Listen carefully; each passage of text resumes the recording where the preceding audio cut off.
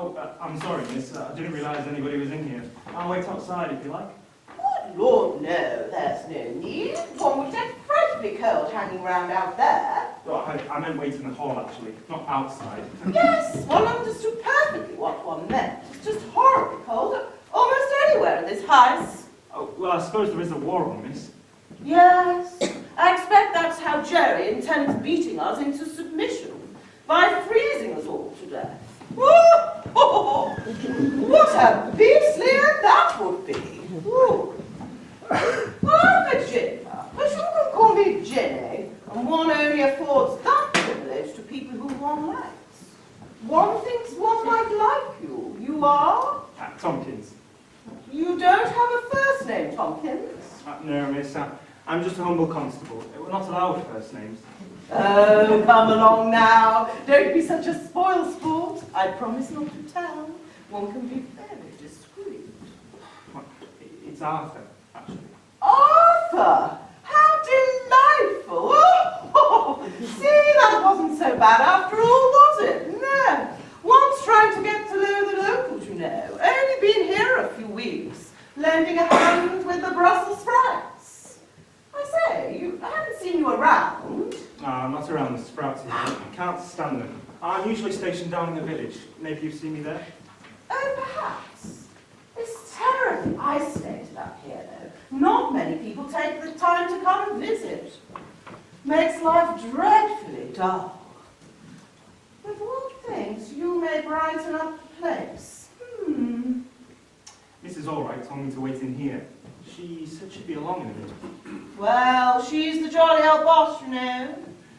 I say, you're not here on business, are you? I'm afraid I am, miss. We've lost one of our constables. Oh, that sounds very careless of you, officer. One hopes you don't do it too regularly, otherwise we'd run out of men. We can't have that, can we? It's not really a joking matter, Mrs. Allwright. We're rather worried about him. He went missing a couple of days ago, and we haven't seen him since. I'm very sorry. Please forgive me.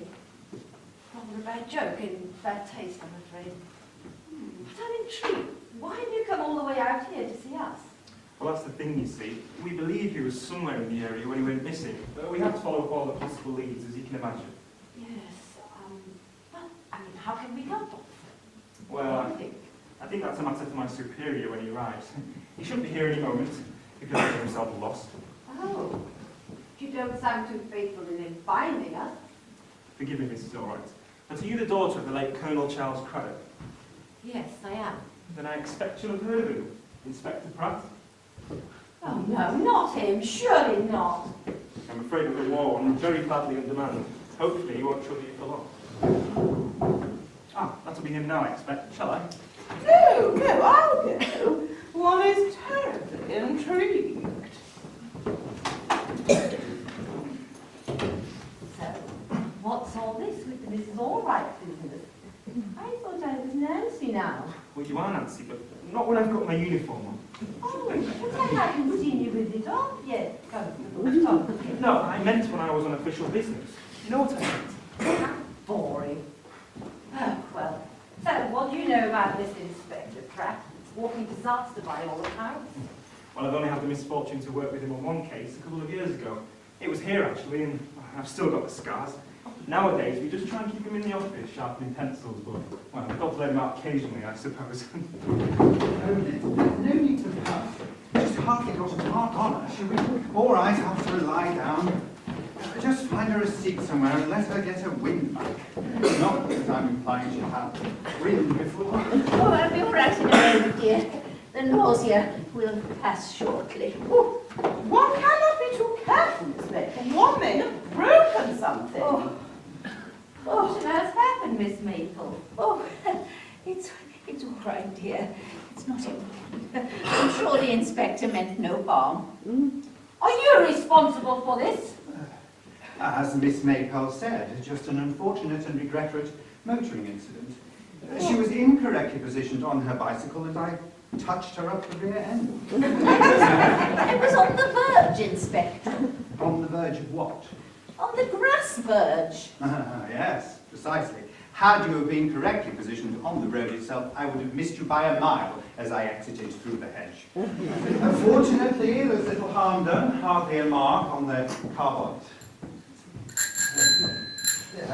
I'm sure the constable will retrieve the rest of your bicycle later if these good people could lend him a dustbin for the pieces.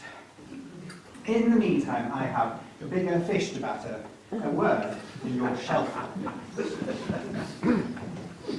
One shall fetch you a hot sweet drink, Miss Maple, and one forbids you to move until one returns.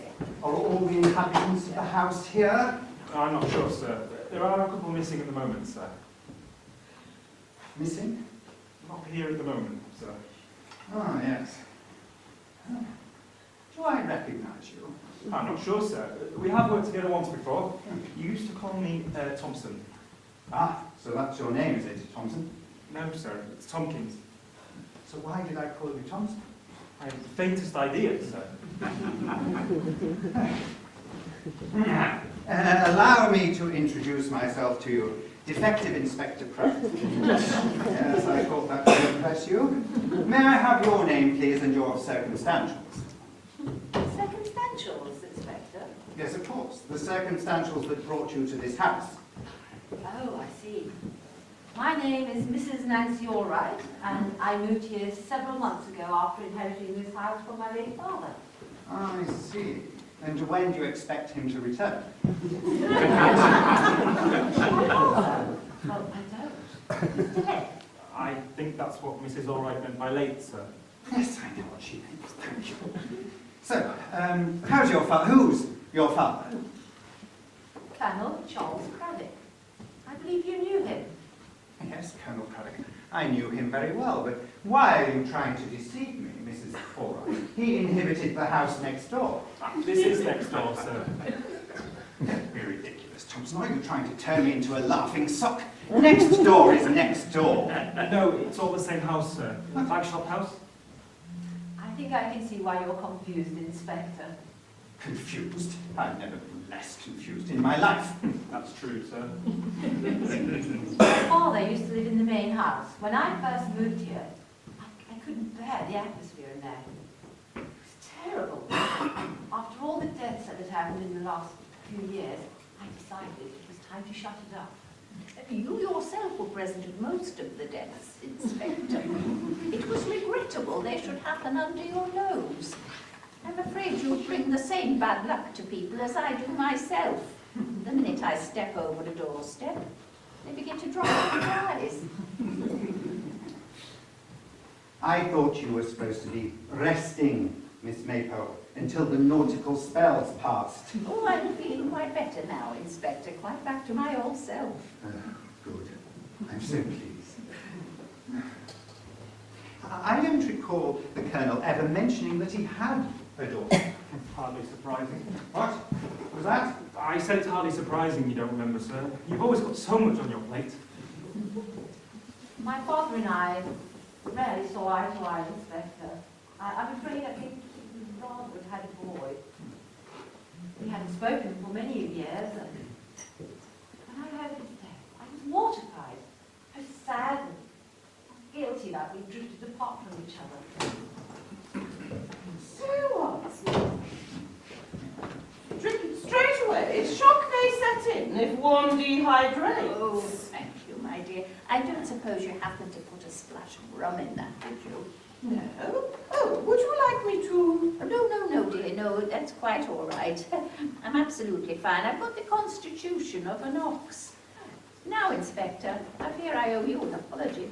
Oh, that's all right, Miss Maypole. Just ride more carefully in future. Not all motorists have my lightning-fast reflectors. No, about the deaths that occurred here last year, I'm told my sister behaved extraordinarily badly.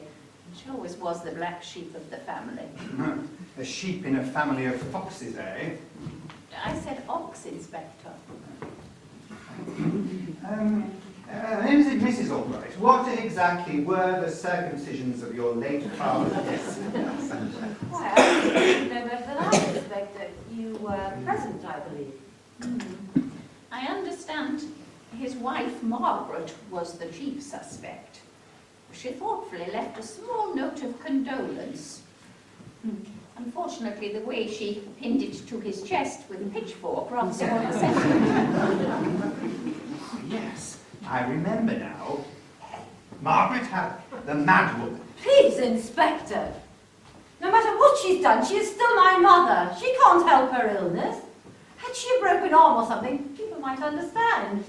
And why would she have a broken arm? Have you seen her? No, of course not. How could I have? I'm just saying she needs help. Which is why she needs to be caught. I will not rest easy until she is caught and safely reincarbonated into the sanctimonium for the inane. Returning to the matter, yes. Where is the painting normally kept? The painting? Yes, the missing constable. I assume it is... Excuse me, sir. I think you're barking up the wrong tree. And why would I bark at a tree? I mean, you're wrong about the painting. I think not. I did a little research before coming here. According to the Mini-Pratt's Little Encyclopedium, he excelled at landscapes. The haystack, I believe, was one of his better efforts. But it's one of our men, sir. A painting of one of our men.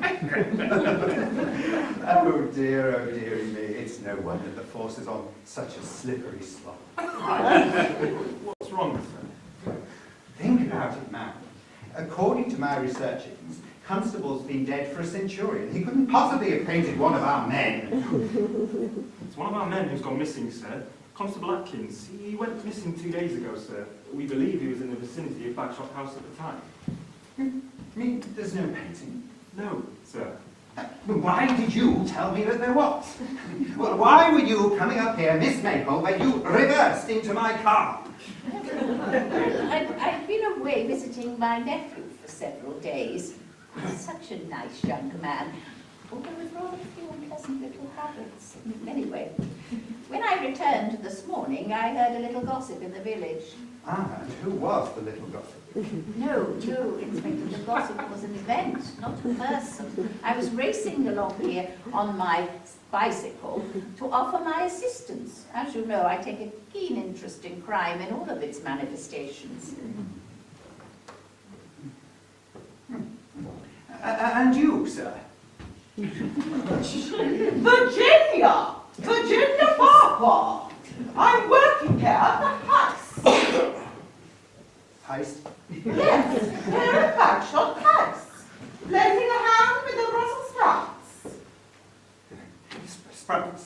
You're suggesting that there are some sort of elves around. Sprites, sir. Oh, sorry, I mean sprouts. Yes, and where would we be without Brussels sprouts, Inspector? Especially at Christmas. Do you know there's only 24 shopping days left? I hope you purchased your gifts for Mrs. Pratt in good time. There's bound to be shortages with the war. Miss Maple, I hardly think that Mrs. Pratt's surprise Christmas treats are pertinent. At the moment, I'm rather more interested in these pert treats. Dannyford, that us girls should do our bit for the war, the jolly old war. Jenny, he said, go and do your bit and help king and country. So, one volunteered to do a spot of farm management. Yes, and so here one is. One's family has been in agriculture for generations. Agriculture. So you're chicken farmers. Mainly arable, actually. Just a few acres, no more than a small holding.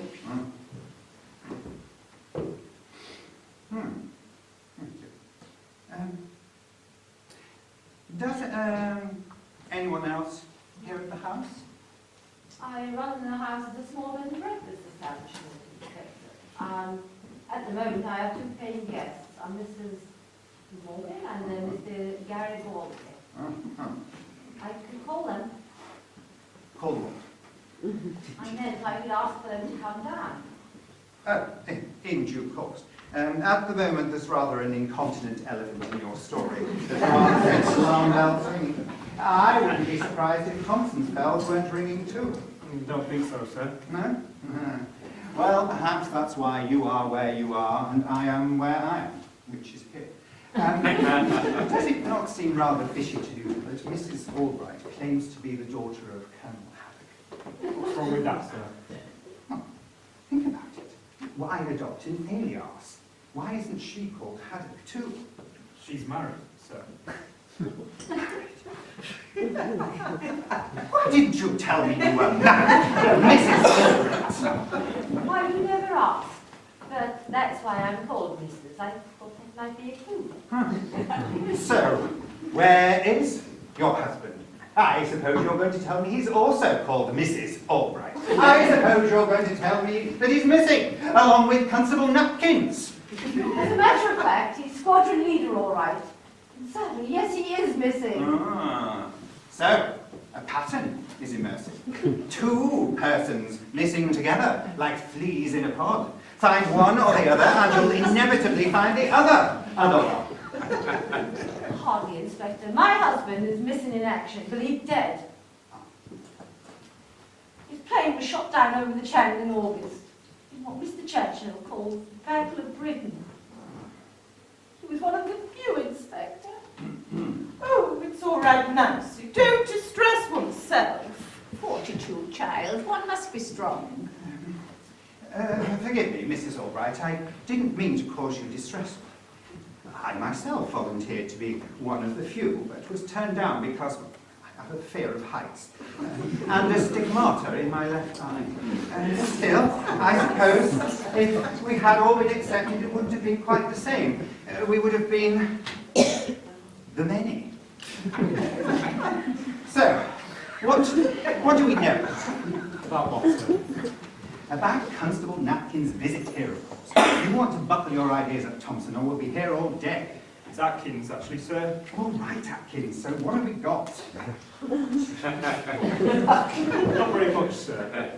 We do know that when he finished his shift, he told one of the lads he was heading up to Bagshot House. We don't know why he wanted to come up here, although he may have had some suspicions of something going on. He may not even have got here. But of course he didn't get here.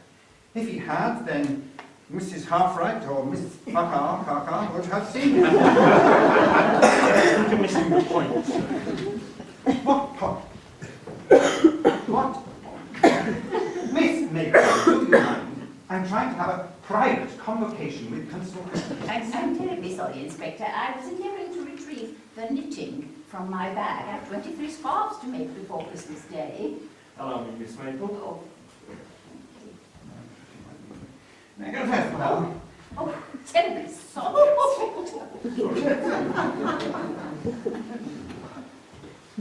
Whilst I'm here, Inspector, may I make a small interjection? no, I think I've had quite enough injections. No, I think the point the constable is trying to make was that if the constable did see the predator, then he'd hardly admit to having seen him. Oh, yes, of course. I know that. I'm not a half-wit, I'm fully witted. And there are two people in the house who are yet to be interviewed, sir. Huh. You didn't tell me you were employing more staff. No, he means my paying guests, Inspector. And one of them may be the perpetuator. Do you trust them with implicity, Miss Maypole? Are they above suspension?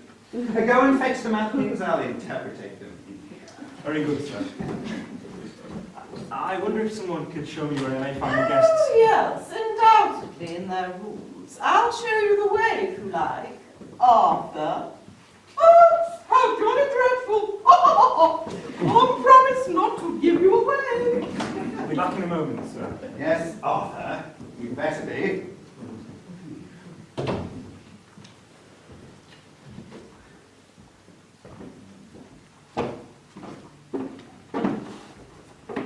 I need to speak to you urgently.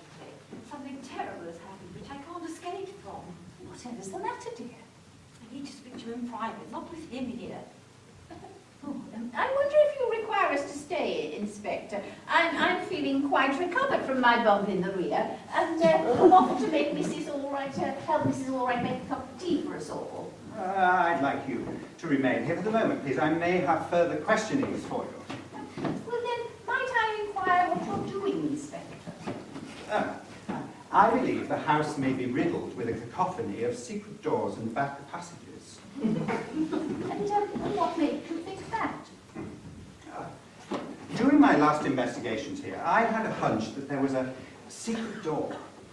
As I stood here surveying the walls, I got my hunchback. By hunchback, I don't of course mean a fellow with a spinal infirmity. You may not be aware that I am a rather accomplished musical percussionist. My trained muscular ear can detect even the slightest variation in tone. It would appear that this wall sounds perfectly sound throughout. Are you sure you haven't missed anything, Inspector? Is the air flat, Miss Maypole? Well, even with my inexperienced ear, I can feel a slight hollow here, if I'm not mistaken. A secret door, perhaps.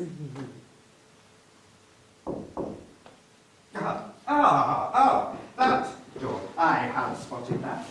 I was looking for hidden doors. That is an unhidden door, poorly camouflaged against its surroundings. May I inquire where it executes to? As I said earlier, Inspector, it exits to the main house. It's been locked for some months now. It would appear some maintenance is required. It's jammed or perhaps booby-trapped. As I said earlier, that part of the house has been locked for some months. No one's been through there, Inspector. No. And you have a key. I do, yes. It's in the top drawer. Locked doors always worry me, Mrs. Hartwright. Not in the way that a rabbi dog might worry me, of course, but they conceal hidden secrets, secretly locked away, secretly. May I? Yes, of course. My apologies. Strange that it be called stationary when it moves so fast.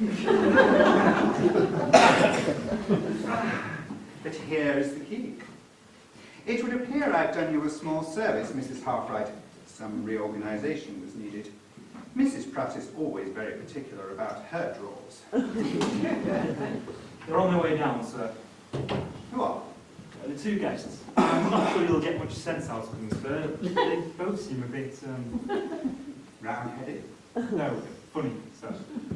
You weren't laughing when you came in just now. No, funny peculiar, not funny ha-ha. A bit crazy. I wouldn't worry about that happenings. I've had to deal with madness all my life. I'm sure you have, sir. Miss Farquhar said she needed to go and start work. She'll be in the outhouse if you need her again, sir. Very good. I think I'm going to have to be very careful with Miss Farquhar's name, sir. Why? Well, if you got it wrong, it could sound rather rude, sir. Why would I get it wrong? I'm always very particular about names, Atkins. You should know that. Well then, I think I'll clear up the drawer, if that's all right with you. Be my guest, madam. Well, though technically, of course, I'm your guest.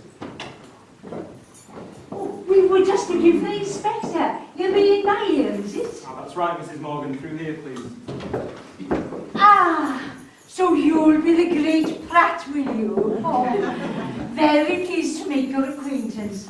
I've heard so much about you. And I am happy to meet you also, Inspector. I am Garibaldi. You are from? London. But first I come from the Bella City, Rome. Buenas noches, señorita. I am here at your service. And my name's Blodwin. Blodwin Morgan. As you can probably hear, I'm up from the valleys. And which valleys would those be? Oh, don't you go teasing me like that, Inspector. I've been hearing about your little tricks, mind. Always pretending not to understand what's going on. Oh, you're coughing like a knackered old pig pony there, Miss Claypole.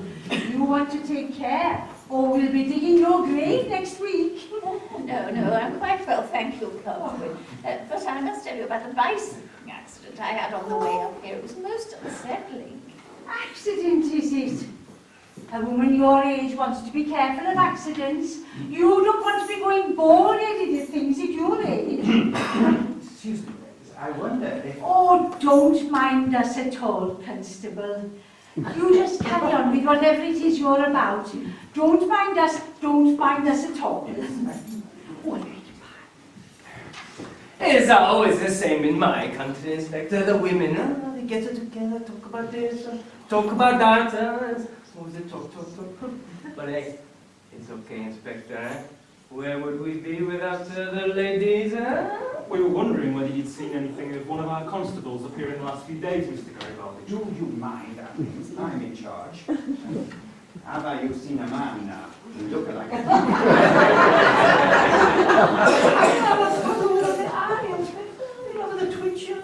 No, well, I know of a Twitchio, no. No, I have not seen no police. You suspect me of something because I'm Italiano? It's not fair. You pick on me. I've lived in your country for 10 years. This is why my English is so good. No, Mussolini is your problem, your enemy, and it's not fair you pick on me. I'm afraid I didn't speak for Mr. Garibaldi, Inspector. His restaurant was burned down to the ground last May. He was interned and then released as a Class C alien. Yeah, I have all the correct papers. You want me to go fetch? I can go get it. No, it's perfectly all right, Mr. Baldy. I'm sure you're totally qualified. Sir, No, Atkins, the poor fellow was interred. He's been duly I am a very good chef. My speciality is the bella pizza. Sometimes I make her for the ladies. so I've heard, sir. I wonder if you can tell us why you are here, Mrs. Morgan. Oh, well now, that's a deeply philosophical question, that is. How long have you got? I'm not interested in philately, madam. I simply want to understand the circumstantials of your incumbents here at Leapshot Heist. Oh, and why didn't you say so, Inspector? Have you heard of clairvoyance? No, a friend of yours, is she? Not clairvoyance, clairvoyance. That's what I go in for, see? And spiritualism. I'm a medium. And why is that so special? Many women are medium. As it happens, Mrs. Pratt takes extra large. She puts it down to a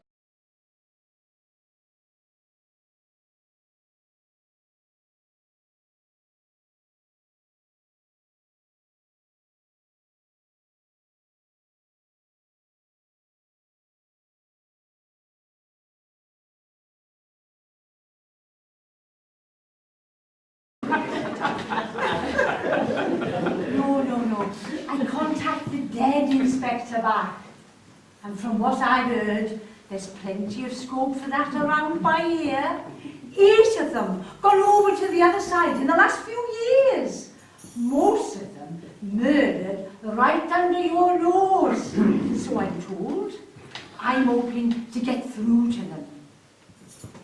There is a theory, Inspector, that ghosts are very often associated with murder.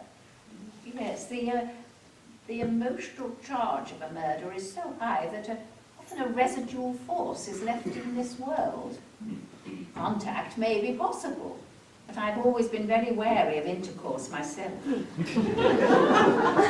I really don't think we need to delve into that sort of Please help Miss Mabel. I mean with those who have perished. And you think that all of the parishes may become ghosts? A tidy few, I should imagine. Since the time I came up down by here, I've experienced some very peculiar phenomena. Up, down by you. It's true, Inspector. I've heard noises coming from the unoccupied part of the house. Banging and screeching and dragging noises. It may be ghosts or perhaps poltergeists, but whatever they are, without a doubt, I'll get hold of them. Oh, when I heard about this house, I was drawn to it like a magnet. Let me be frank. Although that's not my name, of course, my name's George. I've never heard such nonsense. Ghosts and poltergeists. First it was Miss Fucker Sprites. You'll be telling us that there are pharaohs at the bottom of the garden next. Do I look like a fool, Mrs. Organ? I think it's time that we went back to... Oh, Atkins! I'm here, sir. What are you doing down there, man? I thought you were a poof. I think I found something, sir. Appears to be some bloodstains on the carpet, sir. There's a trail that leads to the door as well, sir. The carpet still feels slightly damp. As though somebody has tried to wash it in the last day or two. Damp carpet, eh? Just as I thought. Can anyone explain? I think I can, Inspector. I noticed someone had spilled something there earlier and tried to wipe it clean. A very unlikely explanation. Can anyone confirm your story? Well, in that case, I'm afraid I'm going to have to arrest you for the suspected tinkling and tampering with suspicious evidence. We'll take her down to the station, Atkins. I can verify her story, Inspector. It's most embarrassing. I thought it would remain my little secret. You should know better than to try to keep secrets from me, Miss Maypole. I have a nose like a Cheshire cat. When I was here last, I had a little accident on the carpet. It's my It seems to be happening more frequently. Accident? Yes. A scone slipped from my plate and landed on the carpet with the jam facing downward. I thought no one had noticed, so I didn't draw attention to it. Quite dreadful of me, I know. Jam. I thought it was an accident of a less jammy nature. I think we need to see through there, sir. What for? Well, just in case it is blood on the carpet. The trail does seem to lead in that direction. Yes, the door. I hadn't forgotten that. But it appears to be locked. I think we've already been through that, Inspector. No, we haven't. I just said it's locked. I mean about it being locked. I believe you have the key in your pocket. Do I? Oh, yes, of course I do. You want to be very careful how you go meddling, Inspector. If you go through by there, you may unleash unspeakable forces. What kind of unspeakable forces? Well, how can I tell you that? They're unspeakable. Yes, I think you should have taken a care, Inspector. You have the old English saying, let the dog who is asleep lie the longest. And I also have a saying, Mr. Baldy. Never have a fearer when a pratter is a nearer. At the very least, to be on the safe side, we should try to exorcise first. I run 5 miles every morning, Mrs. Organ. I could outpace a fully grown gazebo. You are not experience, Inspector. Fair play to you, mind. But it is almost invariably the first to enter who is in mortal peril. I have tried to keep the forces at bay, but I can't promise that I hold out much hope. So you're saying only the one who enters first is in danger? In my experience, yes, without a doubt. Nonsense. No danger at all. You'll be fine, Atkins. I'll be right behind you. Me, sir. It was your idea. Take your truncheon with you. And if you are attacked by ghosts, knock 3 times on the floor on your way down. I'm not sure I like this, sir. But you just have to like it. I'm in charge.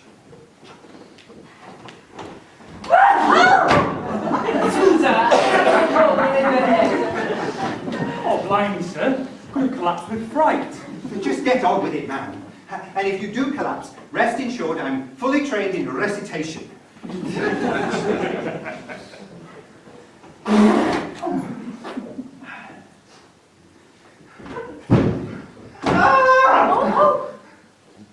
There's nothing here, sir. Except, there's a terrible smell, sir. I think I'm going to be... Oh, never mind. It's just a cheese sandwich. And this, sir. It doesn't smell too good either, sir. Oh, It's curdled milk, sir. that'll be the rationing. Not enough cow's milk to go around. That's extremely brave of you, Constable. Foolhardy, I call it. Yet I suppose if every fool wore a crown, we should all be kings. Very courageous of you. It was nothing. That's right. Nothing. Nothing contagious about it at all. And that's all there is, you know? Well, there are all the other rooms as well, sir. What do you mean? He means the other rooms beyond, Inspector. The rest of the main house is through there. The door at the other end of that room leads into the main corridor. Wait a minute, sir. I found something by the door. Scuff marks. As though something heavy has been dragged through. There may be more traces of blood as well, sir. You want to be very careful over by there, Inspector. There may be immense, huge, powerful forces waiting to drag people through into the depths beyond. I'm starting to sense it now. A deep throbbing from the depths beyond. I think you should keep the door closed, Inspector. I have the throbbing in my head also. Nonsense, Mr. Bowlby. You have a cold. It's your sinusoidal passages. No, it's more than that. Can't you all hear it?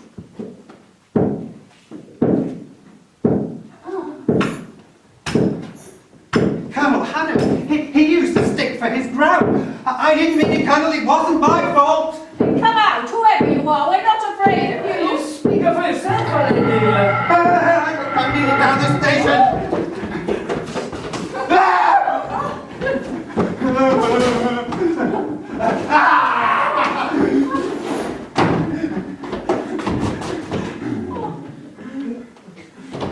Seems to be a bit of a shindig going on in here.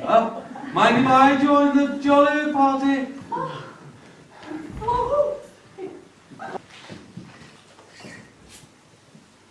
I don't like it, Atkins. I don't like it at all.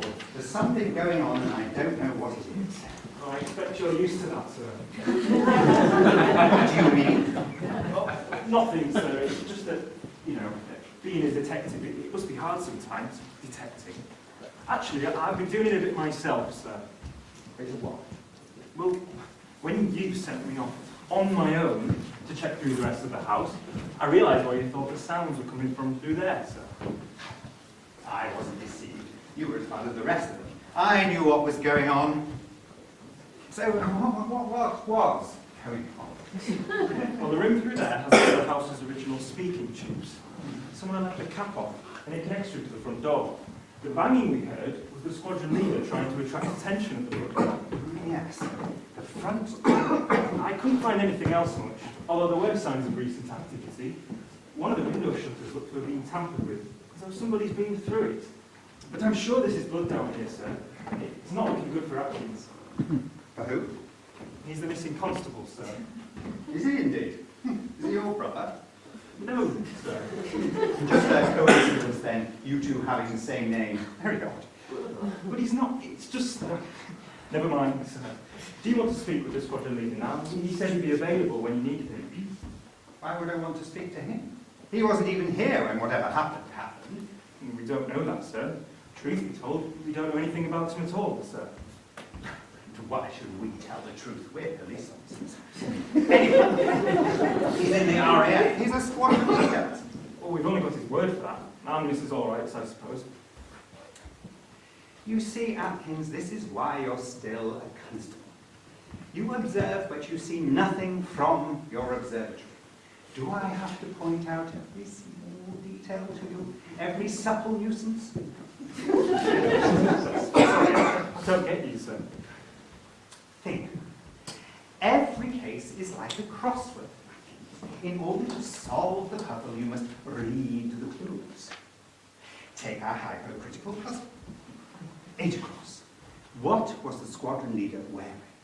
A squadron leader's uniform, sir? Sorry, I still don't get you, sir. Who but a squadron leader would wear a squadron leader uniform? No one, sir.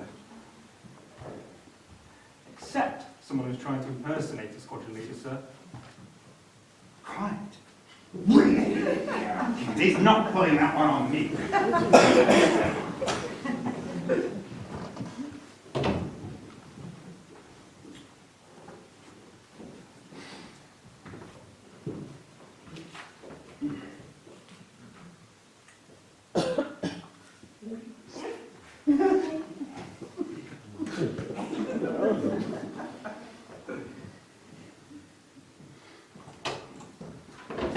Squadron leader, all right, sir.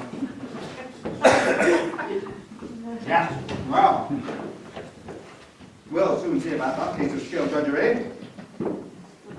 I'm not green behind the ears, you know. No, don't suppose you are. Believe you wanted a bit of chin work, Inspector. What can I do for you? Understand you've lost one of your chaps. Bad show. We don't do it for show, sir. This is a very serious business. I can't help noticing you have a limp. A limp? What, old chap? A limp leg. Yes, I know. I was just pulling yours, Inspector. Pulling my what? Leg, of course.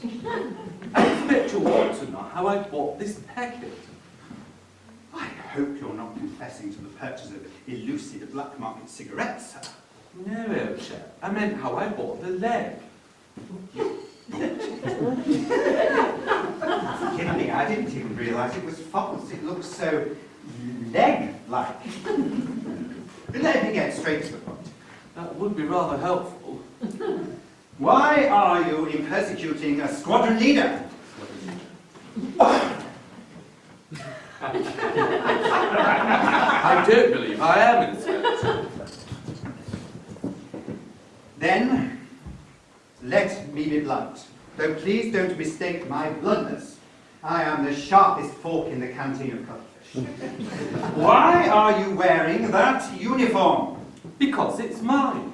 But I only have your word for that, sir. Oh, it's definitely mine, Inspector. I've just had it cleaned. I'll have a bone to pick with my man who's dropped a clanger and picked up the wrong one. Your man? Yes, my batsman. He can vouch for the fact that it's mine. Oh, batsman. Oh, well, I think that clears things up. Though if you take my advice, sir, I wouldn't overdo the cricket with a false leg. No, I won't. Anything else I can elucidate, Inspector? It's facts, sir. I'm interested in, not hallucinating. There are a couple of things you could clear up for me. But by clear up, I don't, of course, mean clear up. I suppose your wife does that sort of thing for you. Fire away, old chap. Thank you, sir. Is it all right if I call you, sir? I could call you squadron leader, if you like, or perhaps just leader. No need for ceremony. Just call me Stiffy if you like. Everybody else does. On account of your leg. Good Lord, no. Only just collected that. No, it's something quite different. What? I didn't say anything, sir. Pardon? I said I didn't say anything, sir. Yes, I know you didn't. Bit of a mix-up. What? Look, old chap. I rather think if we're going to make any progress, you should perhaps just tell me what you want. Good idea, sir. Pity you didn't think of that one. Mind if I take a bit of weight off? Hardly seems necessary, sir. You look fit enough to me. No, take some weight off my leg. That sounds a bit drastic, sir. You might weaken it. Perhaps if you sat down for a moment. Yes, thank you, I will. Still got a few chunks of shrapnel lurking about, but I expect the medical wallers have got their finger on the pulse. I suppose you'll want to know all about my movements. Not really my area, sir, but if they are irregular, I suggest you have a word with your medical worries. You can't too. Apparently everybody thought you were dead, sir. Mrs. Allwright was rather overcome. Yes, I suppose I should have let Nancy know I was on my way back here, but I thought it would be a bit of a surprise if I just turned up out of the blue. Didn't realise she thought I was dead. That show upsetting her like that, I suppose. Perhaps you could tell us how you came to be missing, sir. Just mind that. Perhaps you could tell us how you came to be missing, sir. Yes, of course. It was early morning. August. We hadn't really expected to get cracking quite so soon. It was breakfast time, and we got scrambled. Oh, very nice, sir. Mrs. Pratt likes bread, but I prefer boiled with little bread, sir. That is it, nay. There was a real flap on. We must have climbed to about 12,000 feet. When we see them, bandits at 2 o'clock. You did very well to see them from that height, sir. I suppose it was their horses you saw first. Bandits, sir, jerry time, kites everywhere. Couldn't see the sky for the blighters. Almost fighter cover up top. So when we dived, tally-ho and all that sort of business, I peeled off and chased the dory out over the channel. Quick square, bagged it, piece of cake, or so I thought. Piece of cake. Yes. Anyway, I watched him ditch in the drink, and then when I looked around, the sky was empty. Not a blighter to be seen. I was just turning home when I caught a glimpse of something hurtling down towards me. A fokker. Yes, in a Messerschmitt 109. That's what they say, isn't it? Exactly. Well, this blighter had me in a sight, and there was no shaking him. I suppose you tried to outwittle him, sir, did you? Everything in the book, Inspector. And I wrote a few new pages myself. I'm amazed you had the time, sir. Jolly had a pencil. Well, I gave him a run for his money, I can tell you. I was banking left, then right, diving, looping, spinning. I thought I'd headed. And suddenly, I saw a chance. I caught him on the hop, barreled in behind him, lined myself up, and tack-a-tack. You tackled him with tacks. Not a chance. His wingman got me. Never even spotted the blighter. Bounced me good and proper. Talk about brassed off. What a plot, eh? Bad luck, sir. Was rather. So there we are. He got his kill. But now you're dead. Well, obviously not. Just caught the blighty one in the leg. As the kite went down, I managed to flip her over and bail out. We drifted out over the coast, but unfortunately it was the wrong coast. Where are you taking prisoners, sir? Well, that's where I had a spot of luck. Some friendly frog types got to me first, patched my leg up best they could, hit me here, there, and everywhere for a couple of months. Then finally managed to smuggle me back over by boat. Of course, I was fully debriefed on my return. Debriefed and given your artificial leg. Look, chap, I'm not sure how he got this erroneous idea about a false leg. It's all my own, just a little bent. The Winco raised a spot of leave for me to recuperate, so I got the train out here. It's all right, sir. I know how you feel. I was shot in the foot once. Both feet, actually. That's enough, Atkins. The leader doesn't want to hear about your trivial scratches. So, the leg's still giving you some trouble, sir? Gives me a bit of jib. Not so bad as long as I keep on swallowing the analgesic tablets. Ah, so here you all are. Oh, we thought you would have left us by now, Inspector. How pleasant to find you still here. And how are you, Squadron Leader? It's quite a turn appearing from out of the blue. Didn't it just? You really should have told me you were okay, darling. I've been worried sick with grief. So sick that you removed all the photographs now. Still, I suppose you have to move on, what? Well done. Your husband's just been telling us about his blighted leg. He has to take anaglipta tablets. Such a hero. Well, we mustn't keep you, Inspector. I wonder if you'd be so kind as to take the remnants of my bicycle back down to the village when you leave. I'll have to stay here for a moment yet, Miss Maypole. My preliminary inquiries have thrown up one or two anomalies. Really? Oh, yes. Blood on the floor and tampering with some of the windows. Tampering with the windows in the boarded up part of the house. I saw it myself, Miss Maple. Sure as eggs are eggs. Either poached or boiled, hey, sir. Some rambling man. What you say is correct, Constable. I fear I know who is behind all of this. Yes, I think I could identify the killer, if indeed there is a killer. Now, dear, I know this is very hard for you, but you must be honest with us. Well, yes, of course.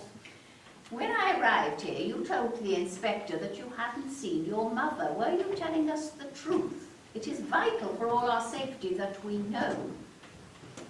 Have you been helping her hide from the authorities? No, of course not. I don't even know how you could ask such a question. I don't mean to distress you, dear, but even so, Inspector, I feel that Mrs. Craddock is at large, and in her mental state she may be a danger to everyone. Yes, and your constable may have fallen foul of her. Perhaps he'd seen her furtively prowling the area. Yes, I had also concluded the same conclusion, Miss Maple. Large Mrs. Haddock may be to blame. I will need to conduct my findings to the Chief Superintendent and obtain further instructions. I expect he'll pull you off this one now, sir, like he normally does when anything serious happens. Send somebody else up here. Oh, surely not, Inspector. A lot of paperwork at the station, I should imagine, sir. Yes, indeed. May I use your telephone, Mrs. Hartcutt? Yes, of course. It's all right. I shall accompany you, Inspector. I think it's disgraceful they should take a man of your calibre off the case. And I'm a personal friend of the Chief Superintendent and his dear wife. I've had words with him on your behalf. If anybody is to be here, it must be you, Inspector. My mind is quite made up. Let me show you the way, Inspector. No, dear, I know the way. No, come along, Inspector, and I'll make a nice pot of herbal tea for us all. What do you say to that? You can come as well, Constable. We can warm the pot while we telephone. Come along now. Keep up.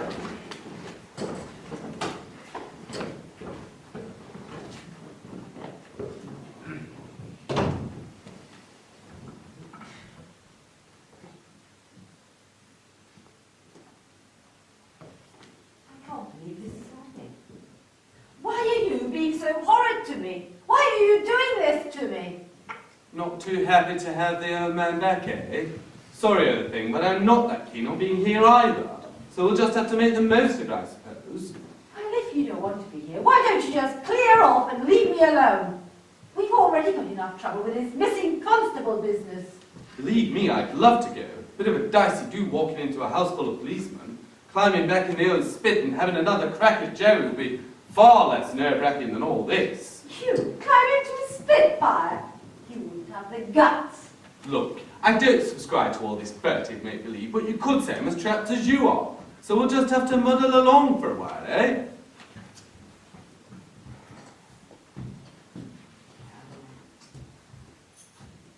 Just how long? How long do you intend staying here? Just long enough to get things buttoned up here. Convince everyone that we're a happily married pair of lovebirds.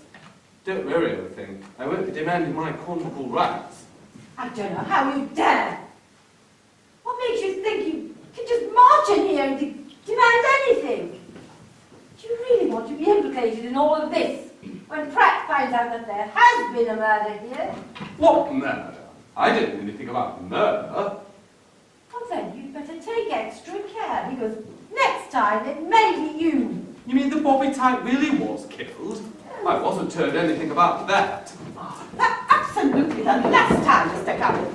One has absolutely no intention of going to the cinema with you, and that is one's final decision. But I think you'll soon not change your mind. We could have other cuddles on the back of the room. No need to watch the film.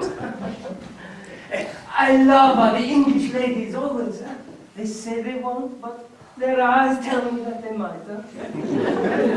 Bit out of my depth there, old chap. Never really been one for the ladies. Give me machines any day. Fly anything you care to mention, but I've always pranked all my girlfriends. Until you met me, darling. Oh, absolutely. Girl in a million. What? One really does not have the time for your ridiculous chatterings. If one goes to the cinema, it shall be with one's girlfriends. Now, shall we behave ourselves? My daddy has a name for people like you. Why your papa be so hard, eh? If you meet Enzo Garibaldi, he changes his mind under no mistake. Now I ask you, one more time, I'll take you to the pictures, Ah! Don't you dare touch me again. Do you understand? Miss Virginia, I mean you no harm. I go down on one knee. I beg you, you forgive me? One would be more inclined to horsewhip you than forgive you. You're going too far, Mr. Garibaldi. I thought you'd lived in this country long enough to know we have certain standards of behaviour. If you continue to go on in this fashion, I shall be forced to... What will you do, Mrs. Allright? What will you have me do? Oh! Come along, Ginny, let's leave this horrid man on his own.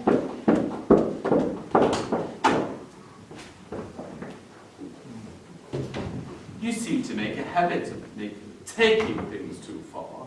Mr. Garibaldi. I can't help it. If it's in my blood, it is the way we Italianos are. Yes, well, talking of blood, Nancy was just telling me this Mr. Police chap is dead. This has gone too far. I'm leaving. No, I don't think so. You're not going anywhere at all, Geoffrey. The dead copper strengthens our hand, and I saw her kill him. And you're in this as deep as me. Trust me. Trust you? I've never trusted you, chap. Never.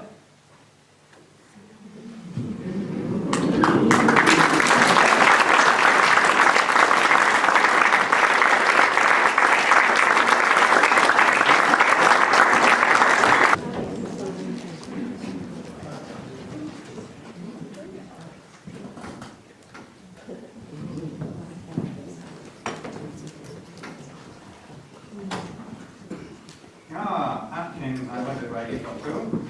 I was just in the kitchen, sir, giving Miss Maple a hand. Doing what?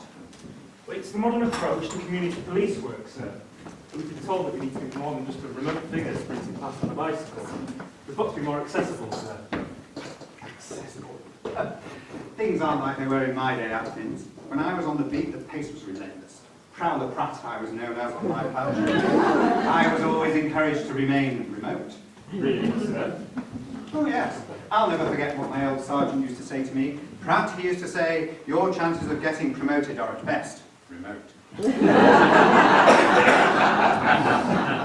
still think the Colonel's wife was behind everything. When I was searching through the rest of the house the other day, it felt as though I was being watched, though eyes were boring into the back of my head. It was quite spooky, really. No, I'm more concerned about the sanitary of the current incompetence of the house. There's something not right. I have a second sense about them. That happens. Why would a chicken farmer be growing Brussels sprouts? And why did the squadron leader claim to have taken off at breakfast time and then claim to have seen bandits at 2 o'clock? Why does that Italian fellow keep winking at me? And why does he have an English name? Sorry, I don't follow, sir. Gary Baldy. That doesn't sound very That's a surname, sir. Say, you kept that one quiet. Oh, and why has Miss Maple given me a cup of golden syrup to drink? Oh, I'll tell you what I think. I think this is how it goes. I'm very sorry.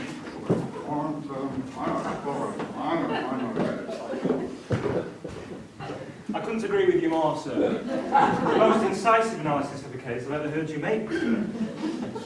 And when you finish that, you can get me another cup of tea. I think I may have missed one or two of the details. I don't suppose you could repeat it. Repeat it?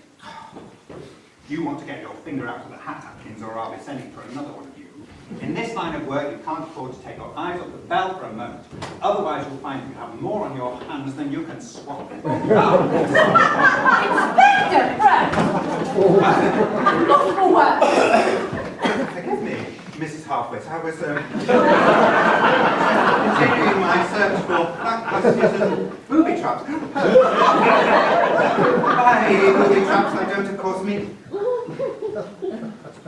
If you care to make a complaint, I suggest you get it off your breast. I mean chest. But by chest, I don't, of course, mean chest of drawers, like your drawers that I rummaged in earlier. Forgive me, I think I need to run my head under some cold wood. What an extraordinary performance. Are you all right, my dear? Yes, absolutely. I'm just a little confused. And you'll have to excuse the inspector, Mrs. Allwright. He has a rather unconventional approach to his work. That's what it's called. And has the inspector made any progress? I'm eager to learn his latest theories. Oh, I don't think he has any theories as of yet, Miss Maple. I'm sure any help you could give him will be very useful, as long as you're discreet about it. Oh, I'll be very, very discreet. He'll hardly realise I'm here. As it happens, I have 1 or 2 ideas myself for making progress. I think you'll find these men need some water. Now, what was I doing? I would definitely advise you not to go back into that, Inspector. Ah, yes, quite. I understand you're treading water water at the moment, Inspector. You mean this? I haven't been for a swim, Miss Mablethorpe. I was just refreshing my cranial brain lobes. Very wise. And now then, Inspector, I've had rather a good idea that may lead us to the killer, if indeed there is a killer. It concerns the consumption of a cheese sandwich. But I suspect you're way ahead of me on that one, Inspector. Yes, I consummated it myself. Oh, you started the analysis. Excellent. The sandwich is vital evidence. Right, it is. Yes, it is. Crucial vitality. I'd be interested to hear your techniques, Inspector. Have you taken precise measurements or plaster of Paris imprint? I hardly think there's much to be gained from measuring sandwiches, Miss Maple. The size of a loaf can be quite variable. Mrs. Pratt's baps are enormous. Yes, I don't think the size is really important, Inspector. I think I'm with you, Miss Maple. Teeth marks in the sandwich. Well done, young man. Yes, I suspect your constable disturbed someone in the middle of a cheese sandwich. Yes. But what was this someone doing in the middle of a cheese sandwich? In the middle of eating a cheese sandwich. It's quite, but hardly a criminal offence. No, I'm not saying that's why he killed your constable. Simply that the sandwich may be vital evidence and may help us identify the killer. If you remember, the sandwich was very stale and the bite, clear imprints of the bite were visible. I think if you could match the imprint against the teeth of possible suspects, you may find the killer. There may be distinctive features. Teeth marks, eh? Yes, very, very good. What did you do with the sandwich, Atkins? Well, I think you had it last, sir, on the desk there. Naturally, I would be happy to submit my dentures for inspection. It's gone, sir. It's what? Empty. But I left it in your care, Atkins. No, you didn't, sir. If I said I did, I did. It's your responsibility to look after the evidence. I haven't got eyes in the back of my head, you know. They're at the front like everyone else's. That's very careless of you, Inspector. It's not my fault. No, about losing the sandwich.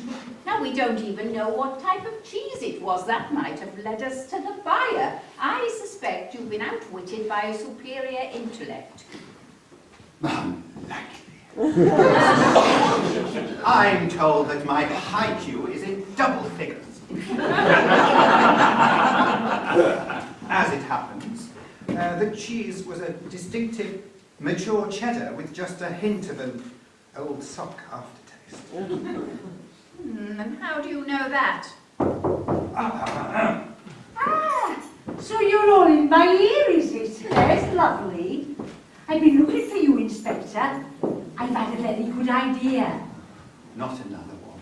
No, it's the first good idea I've had for an hour or two. I mean, not another person. Well, has somebody else had one? No, they haven't. Well, why did you say they do? Do. You can be terrible confusing at times, if you don't mind my saying. Just get on with it, Mrs. Organ. Oh, no, I can't tell you with all these people around. It's a secret. They'll all have to go. Except maybe Miss Maple. I think she's one of us.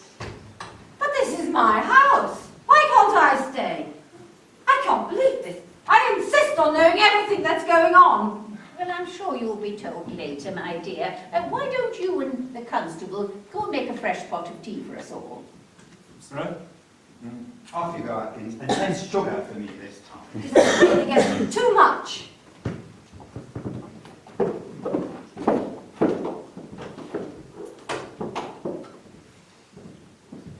This had better be good, Mrs. Organ. I'm a very busy inspector.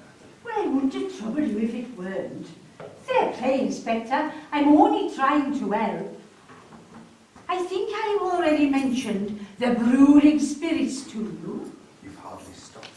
Well, we are going to make contact with them tonight at midnight. How are we going to do that? Oh, you will leave that to me, boyo. I do have my methods. It's my vocation. Yes, well, this might seem like a holiday jaunt to you, Mrs. Organ, but this is a very serious matter to me. I'm hoping that the spirits will reveal what has happened here. Yes. And I think you could do with a little bit of an helping hand, Inspector, couldn't you? You wouldn't say no.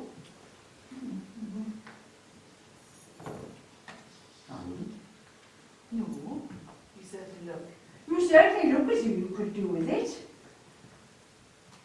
Still, if you don't want that, then fair enough on your end, please. Sure, A séance, is it? A séance? Well, yes, that's pretty much what we're going to do. Well, before this goes any further, I must warn against it. In my experience, dabbling with the occult is extremely dangerous. Surely you can't sanction this, Inspector.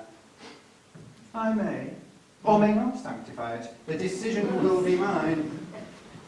There aren't really any ghosts, are there? Deep inside, you know there are. And I believe Miss Maple believes so as well. That's why we three, and only we three, must join the forces together. I sense that the others in the house don't believe. If they know our plans, they may deter the spirits with their negative vibrations. And we wouldn't want that to happen now, would we? That's why we must just do it ourselves and not tell anyone else what's going on.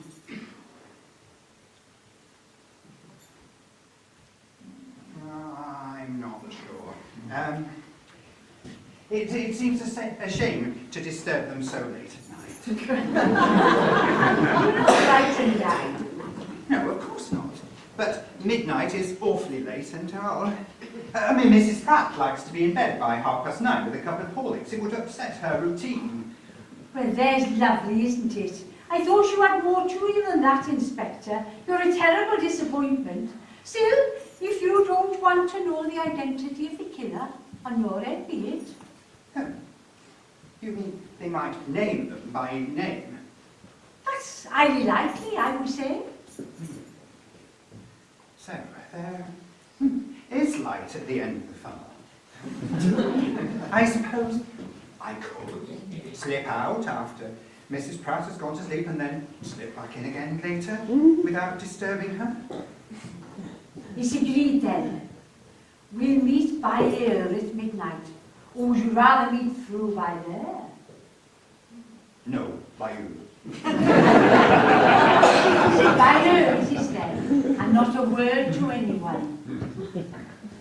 So, are you with us, Miss Maple? This is madness. It's quite insane. But if you won't be diverted from this course of action, then I feel duty-bound to join you. I'd never forgive myself if you were overwhelmed by strange forces. Although in your case, Inspector, I think you may have succumbed. Then, midnight it is. We'll see what dark secrets the other side can reveal.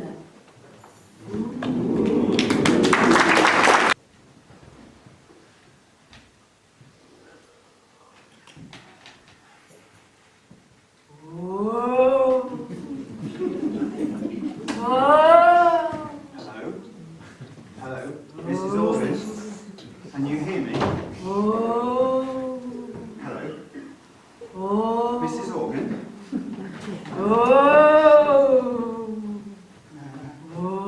Are you dead?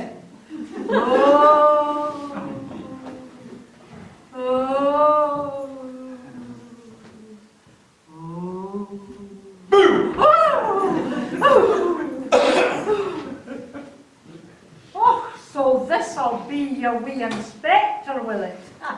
Funny looking wee fella, if you can. Well, we are no taught as a baron that it was impolite to stare. You have nothing to say for yourself? Okay, the new? Be very careful, wee man. Dinna go starting any of that funny business with me, or I'll have a mind to knock your head off. Ha.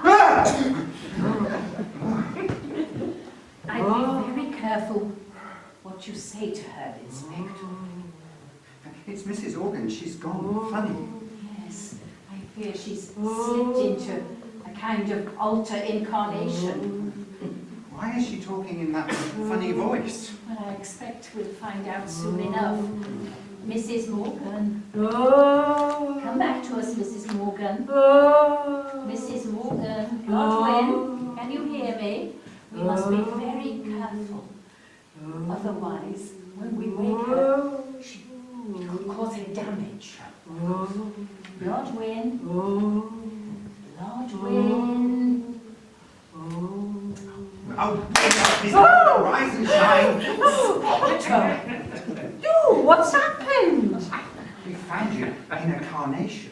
Now, you were speaking in rather a strange Scottish accent. We were rather concerned. Scottish? A Scottish man? I thought you had a sore throat. He didn't insult you, did he? Well, it didn't seem very friendly. Oh, that's all right then. That living old Dougal MacDougal, he don't mean no harm, though he do get cantankerous from time to time. Temper like a match he has. He's one of my guides on the other side. I've been inquiring to see if there was anyone around by her to help me. Pity it's him though, because he do sometimes start fights. It can get very unpleasant when he upsets the poltergeists. Well, I take it that even with my advice, you've decided to go ahead with this madness. Yes, of course. I think it's time we took the bull by the neckles. I gave Mrs. Pratt a double dose of Bordeaux. I think she should sleep through all right. Have either of you done this kind of thing before? Well, there's nothing to it really when you've got the knack. Why don't you sit down by her, Inspector? And perhaps you could light the candle for us. It do help to create a conducive atmosphere.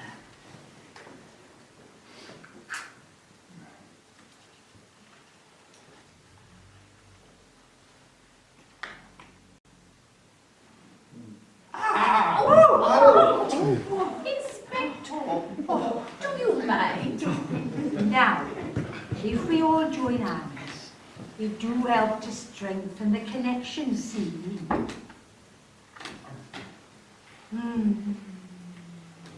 Oh. Oh. Whoa. Is there anybody there by here? Will anybody talk to me? Is there anybody there? It's all right. It's just me and Miss Mablethorpe. Shush! I was just going over then. Oh. Oh.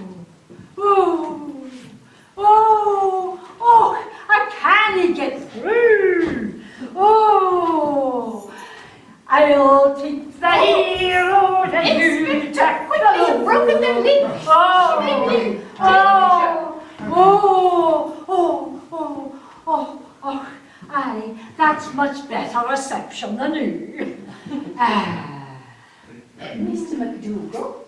Aye. Aye, and who might you be, if I may be asking you? My name is Joan, and I am a friend. Aye, well, we'll see about that. Have you no got a bed to be away to? It's awful late. I'm sorry, but we were rather hoping you might be able to help us, Mr. MacDougal.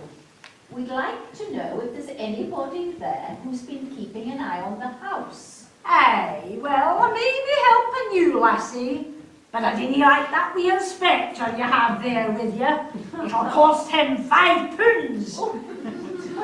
That's rather a large sum. £5 are not a halfpenny less. You can him on double time after 6 o'clock. Well, I suppose it's probably quite reasonable then, and I'm sure the inspector is a very generous man, and he'll give you a tip afterwards. Aye, then I'll see what I can be doing for you. It seems to be going very well, Inspector. Well, but he's after £5. That's more than Mrs. Pratt gets for her housekeeping money. Well, I'm sure you won't have to pay, Inspector. I can't see how a ghost can use money.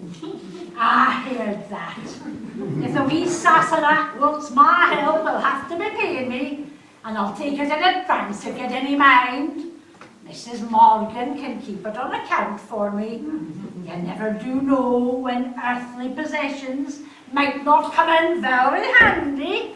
Well, yes, and I'm sure the Inspector will give you a tip, Mr. McDougall, but I don't think you'll want to hear it. I will.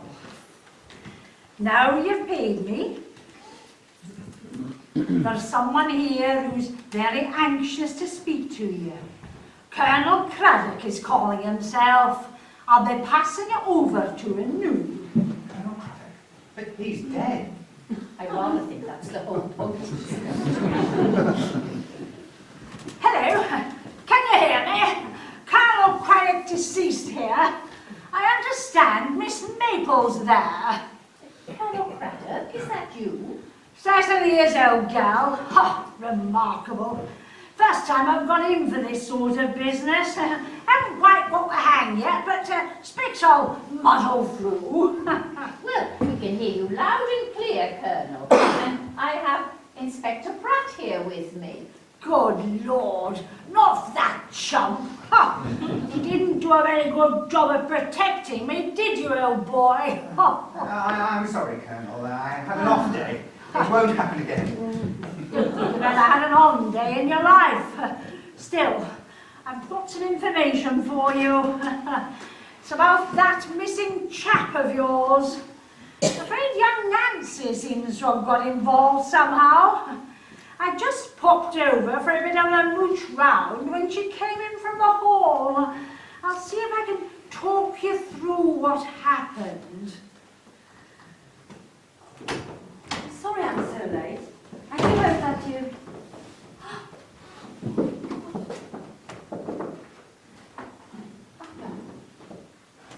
Oh no, Mother, what have you done now? Hello? Who's there? Hello? I must warn you, I'm armed. Please, I don't want to hurt you, I just want to... Ah! So, what are we here, Who is this man, You know him? Yes. So why are you killing him, He's a bad man, No, I didn't kill him. Mamma mia, aspetta mia, Enzo Garibaldi, to believe such a liar? You think I am a fool, But I didn't kill him. I just found him. What were you doing in there? That door's always locked. I am a fool, you're right, forget it. No, I think we need to have a talk, then you decide to help me, You see, Enzo, you know your little secret, and Enzo know that you will be in big trouble, So, maybe we have a talk, What do you mean? We talk, like a little friend, Oh.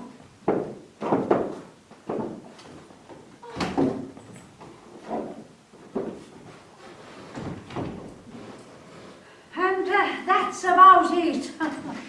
What do you mean that's about it? We haven't finished the story. Sorry and all that. It's not easy coming back over. I was too exhausted to stay any longer. Like now, got to go. No energy. Must. Colonel, Oh. you can't leave now. You've only given me £2 10 shillings worth. I hear he said enough already. What do you mean? Oh, he's away in the loo. He has no more to tell you. And I'm away myself. I can't be wasting my time here. I'm booked for a haunting at midnight. And I don't want to be late or I'll be having my feet docked.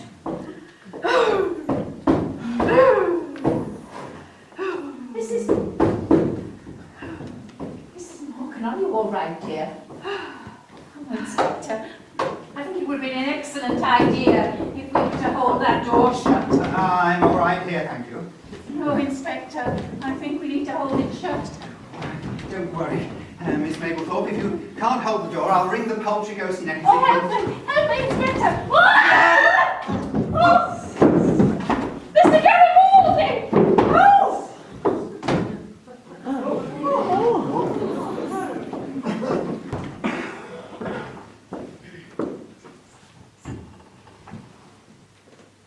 And then, there he was, standing in the door, looking like he'd seen a ghost.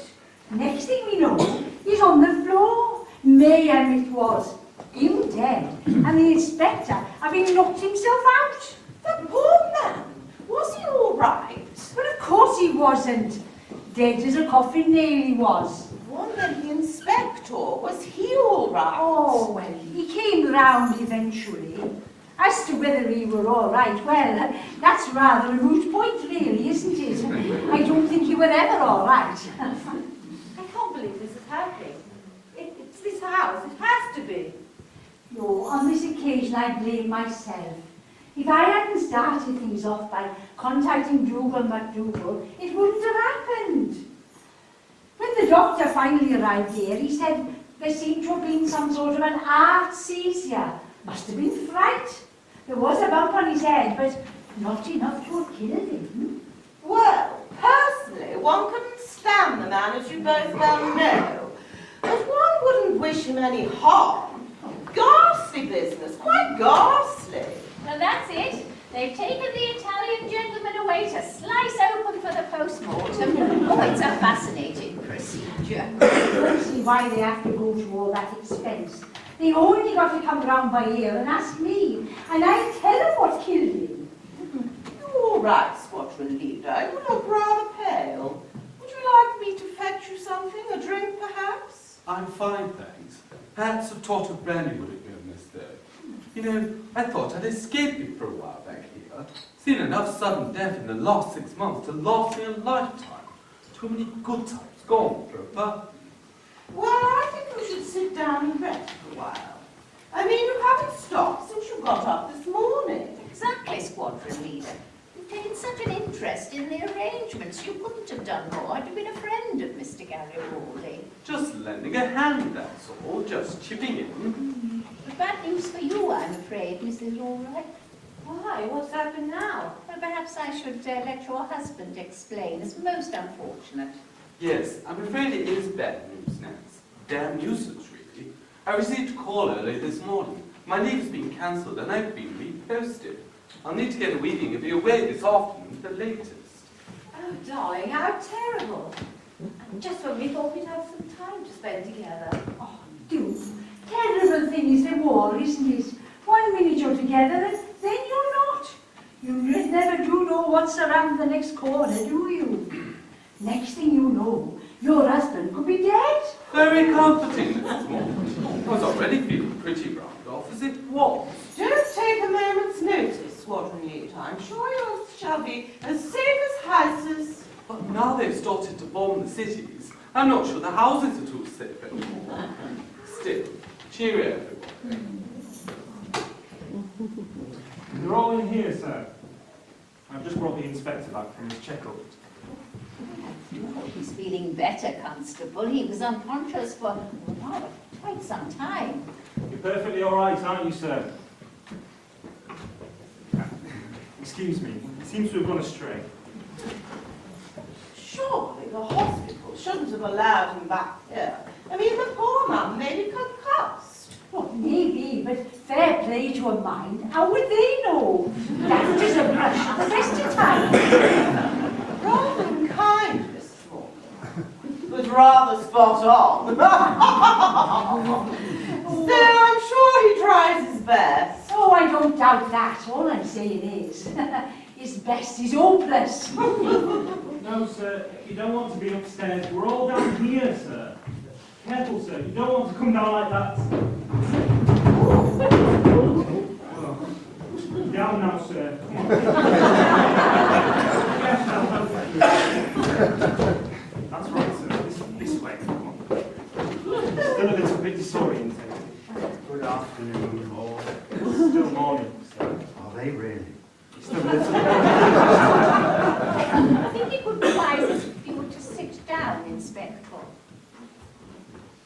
Inspector,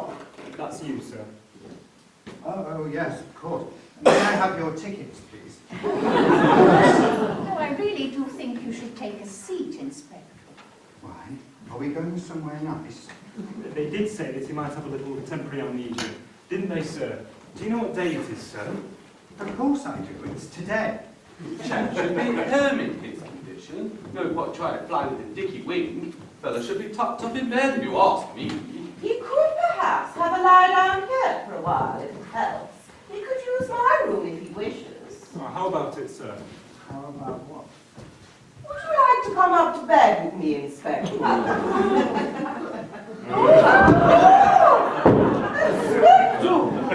Oh no! It would appear that he's banged his head again! Be gentle with me. Let me have a word with him. I'll soon put him right. Hello? Can you hear me, Prattbar? Do you want to go to bed?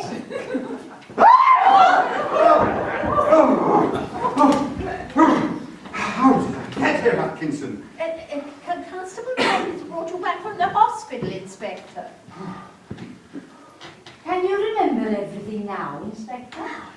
Yes, of course. Why shouldn't I? Why was I at the hospital? Well, you didn't seem very well earlier this morning, sir. Did you have amnesia? I don't know. I can't remember. You do remember what happened last night? Yes, of course. As if it was yesterday. Miss Mabel Thorpe attacked me. I'm incredibly sorry, Inspector. I lost my grip on the door. And then Mr. Garibaldi came through the door and dropped like a stone. The Dutchman. I'm Italian, sir. I have a note from the doctor, sir. You can't take sick leave now. I need you here. About Mr. Garibaldi, sir. They're taking him away for a post-mortem, sir. Ah, any chance he might pull through? They'd have cut him in half by now, Inspector. 50-50 then. No doubt it was seizure. Yes, but what caused him to be seized, sir? Was it natural causes, or was it a case of death by fatal murder? He died of fright. Mind you, I must admit, I nearly went myself. Oh, it was right through me when I think what happened. Where was everyone when Mr. Baldy crumpled to his death? I'm aware of where Miss Mabel Thorpe and Mrs. Organ were because they are about where they are now. What about you, miss? Well, it was very late, and one was asleep in one's bed, Inspector. Ah. Do you have any witnesses to that, Miss Tucker? Certainly not. Whatever I went wild. Daddy would be furious if he heard you slurring one's name in such a fashion. Forgive me. I had no intention of slurring, miss. I have occasional problems with my top plate. What about you, Mrs. Harford? Similarly, Inspector. A pity one so young should be inflicted by dental problems. You have my sympathies. No, I was in my room also, asleep. In bed with your husband? My leg was causing me a fit of jib. I couldn't sleep. I was sitting by the bedside reading a book. I didn't want to disturb Nancy with my tossing and turning. Indeed. My husband can be a terrible tosser. It all seems to confirm the theory that no one else was involved, sir. But you haven't forgotten about the missing constable, have you? About the revelations that were made last night? I have Miss Maple's notes by here. Did you get those? Oh, They were intended solely for my own record. I really good mind. You must have left them lying about in the confusion. Oh, I can't believe the things that came out of my mouth. Oh. Mrs. Allwright discovered the constable's body and must have thought that her mother had killed him. She said, "Oh, Mother, what have you done now?" I don't know. Mr. Garibaldi, I don't know what she's talking about. I don't know anything about her body. Surely you don't believe in all this seance nonsense? Oh. I have an empty mind, Mrs. Harford. I have no preconceptions about Miss Marple's news. What's all this about your mother? Yes, your mother-in-law. Be name Mrs. Hack. Is she in the loft hatching plots? So maybe the silly blighter didn't kill the constable after all. Which silly blighter? Earlier last night, I had a bit of a barney with Mr. Garibaldi. In the end, he told me he had killed the missing constable. I was going to report it to you, of course, but I didn't get the opportunity. But now you're saying he was her and her mother. But why would Mr. Garibaldi lie to you about something so serious, Squadron Leader? I don't know. Well, it all makes sense now. You killed him last night, keeping quiet about what really happened. Shirley, this can't be true. Oh, yes, it can. Shirley here has been telling about That's absolutely nonsense. If you remember, Dolly, you were in the bedroom with me. You just told the inspector so. Yes, but he was lying, wasn't he, Shirley? You were prowling the house, taking your mother another cheese sandwich. You saw Mr. Baldy and fatally killed him. Charge her, Atkinson. I'm not quite sure what with, sir. The charge is that the other day, and then again on another other day, she did jointly and severely, with her mad mother, cause or commit to be committed a number of murders. Probably about 2 of them. That'll do for startlers. Sorry, sir, I can't charge her. It wouldn't be right. But I'm ordering you to. That's demolition of duty. It's just that I know she didn't kill Mr. Garibaldi, sir. How? Because at the time he died, sir, I was in her bedroom. In her bedroom? What for? I thought that might have been obvious. You and her and him? Just the two of us, sir. You and Wing Commander Alcott? Me and Mrs. Alcott. All right. Did you know your wife was having an extramural affair? No, of course not, chap.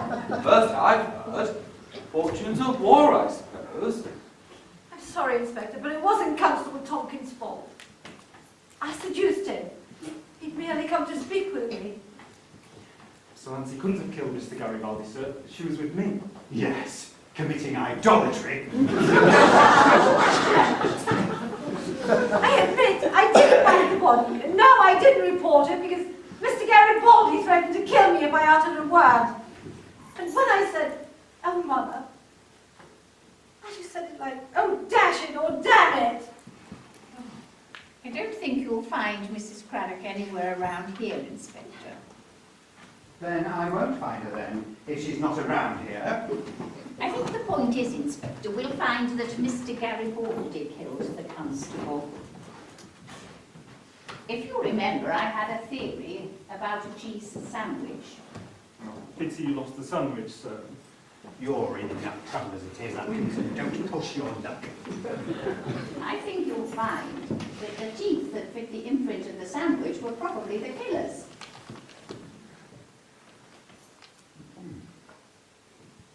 Yes, probably the killer's. And it seems that all your birthdays have come at once, Inspector.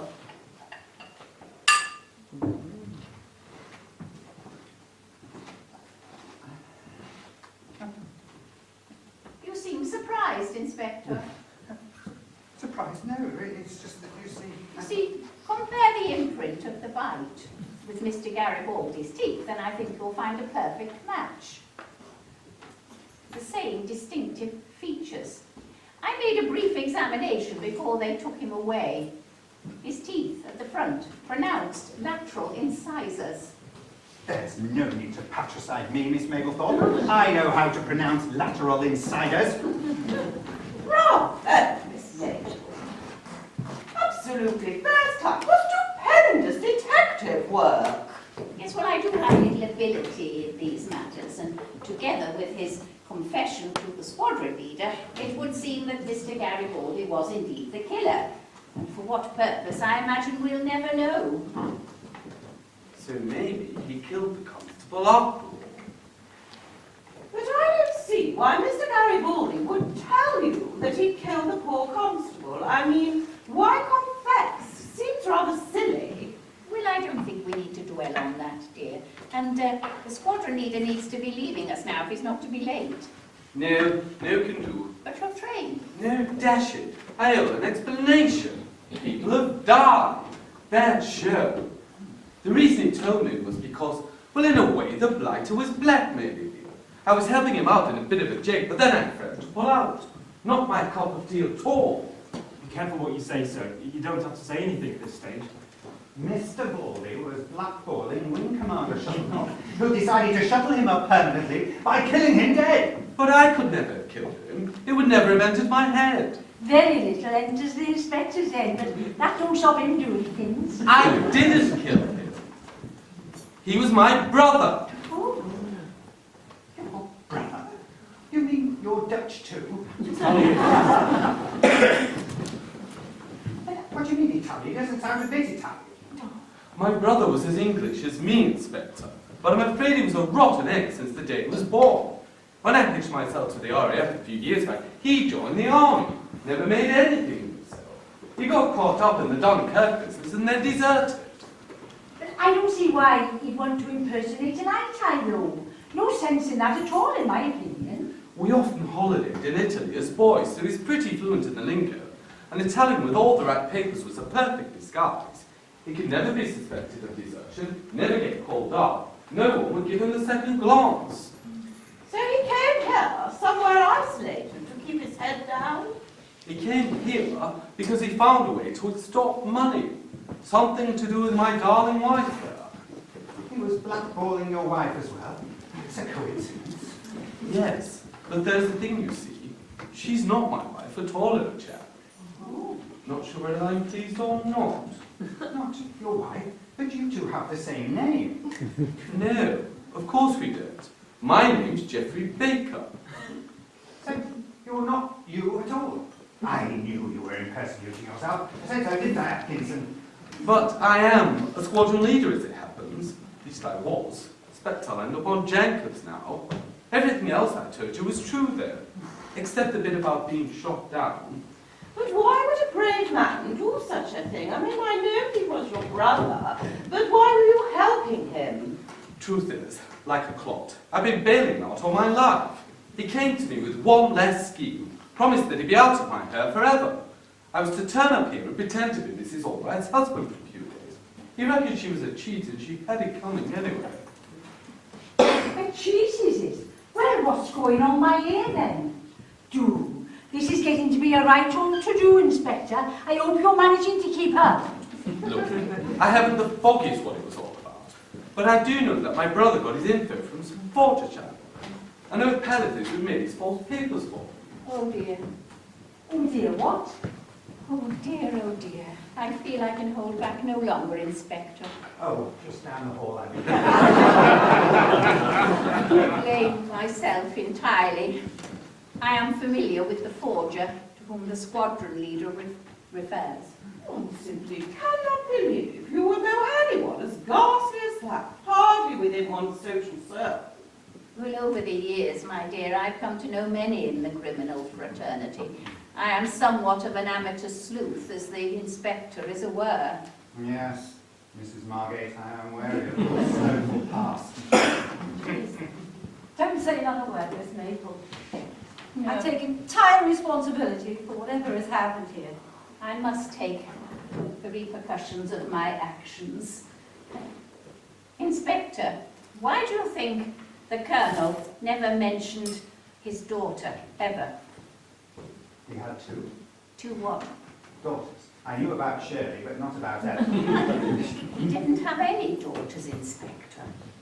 Mean she's his son? No, of course not. Inspector, picture a young girl, born out of wedlock and cruelly cast aside, abandoned in an orphanage.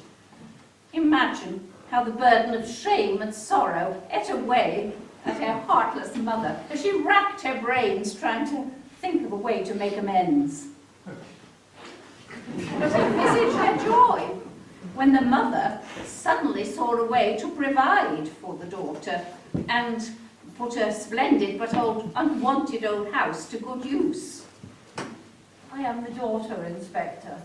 To my eternal shame, I am the mother.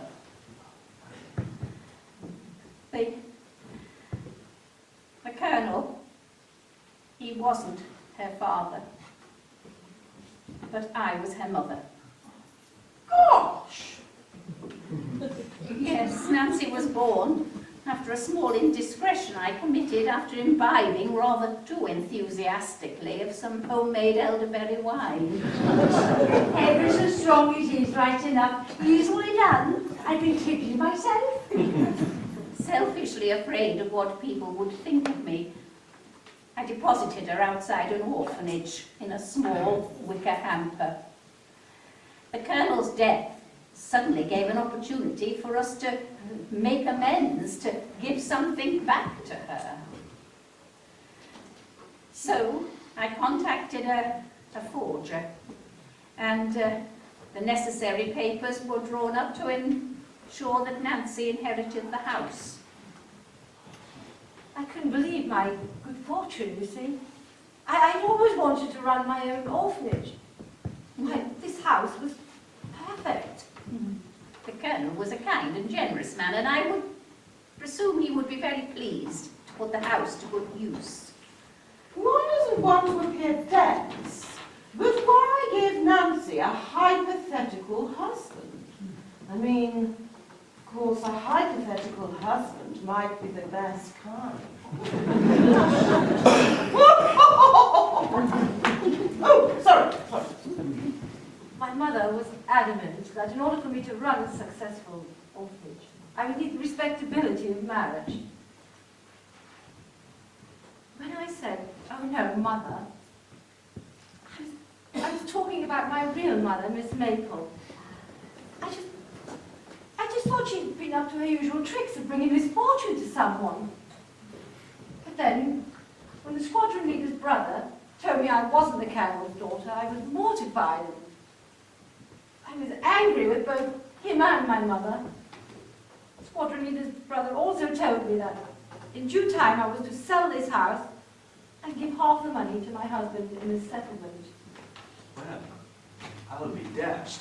You promised me you would only ask for a couple of thousand. I persuaded Nancy that we just needed to keep calm, and I would try and find Mr. Garibaldi's killer without revealing our own little subterfuge. And how would one manage to do that? When I wasn't certain, but now I realise I was being very stupid. It would have cost Nancy and myself our lives. What? I wouldn't have harmed anyone. But don't you see?